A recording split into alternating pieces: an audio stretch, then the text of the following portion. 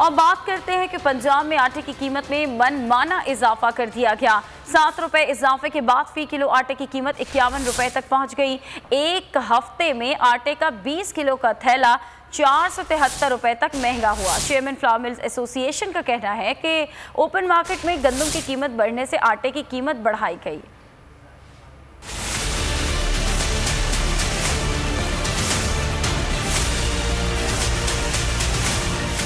पंजाब ने आटे की कीमत में सबको पीछे छोड़ दिया। पंजाब में अवाम फ्लावर मिल्स मालिकान के रहमो करम पर आटे की कीमत में एक बार फिर 7 रुपए का मनमाना इजाफा कर दिया गया। फी किलो आटे की कीमत 51 रुपए तक पहुंच गई।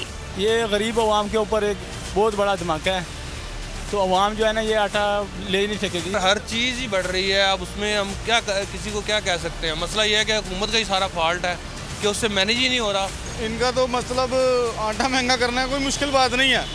ये 200 भी महंगा हुआ है, आगे फिर 50 और बढ़ेगा, 100 और बढ़ेगा।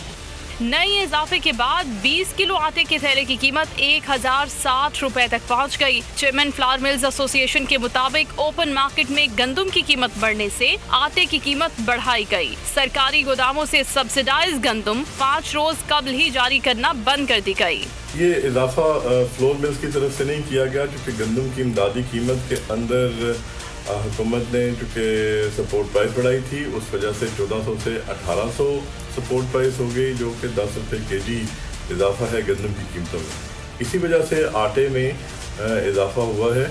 एक हफ्ते में आटे का 20 किलो का थैला 473 रुपए तक महंगा हुआ। फैसलाबाद में आटे का थैला 473 रुपए, गुजरांवाला में आटे का थैला 286 रुपए तक महंगा, जबकि सरगोदा में आटे का 20 किलो का थैला 160 रुपए तक महंगा हुआ है।